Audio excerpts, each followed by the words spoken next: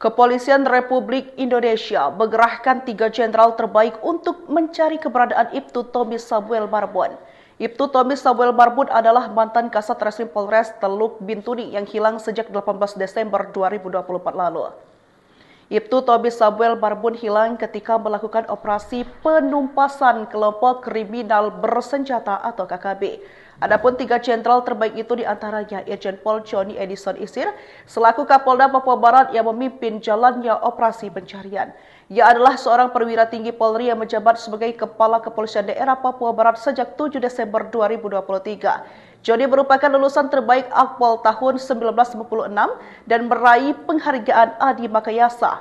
Sebelum menjabat sebagai Kapolda Papua Barat, ia pernah menduduki sejumlah jabatan penting, diantaranya adalah Ajudan Presiden RI Joko Widodo, Kapolres Tabes Medan, Kapolres Tabes Surabaya, dan Wakapolda Sulawesi Utara.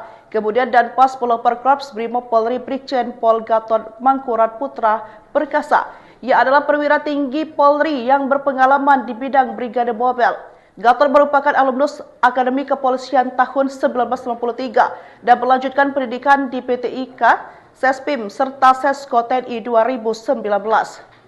Karirnya banyak berkutat di Kesatuan Brimob dengan berbagai jabatan strategis, antara lain Kasat Brimob Polda Sulawesi Tengah, Pamen Korps Brimob Polri di tahun 2010, dan Dansat Brimob Polda Banten di tahun 2015, Karuops Polda Maluku 2017, dan sejak 2020 menjabat sebagai Dansat Brimob Polda Metro Jaya. Gatot Mangkurat dikenal sebagai sosok pemimpin yang tegas dan berdedikasi tinggi. Aktif memimpin operasi-operasi penting termasuk operasi di wilayah Papua Barat pada tahun 2025.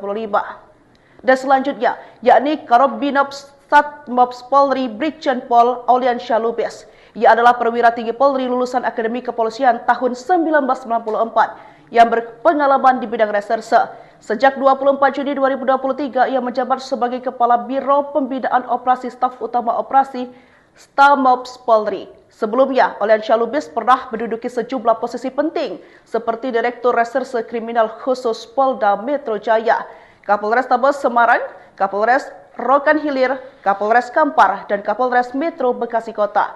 Ia juga pernah menjabat sebagai analis kebijakan media bidang Bidetsus Barreskrim Polri.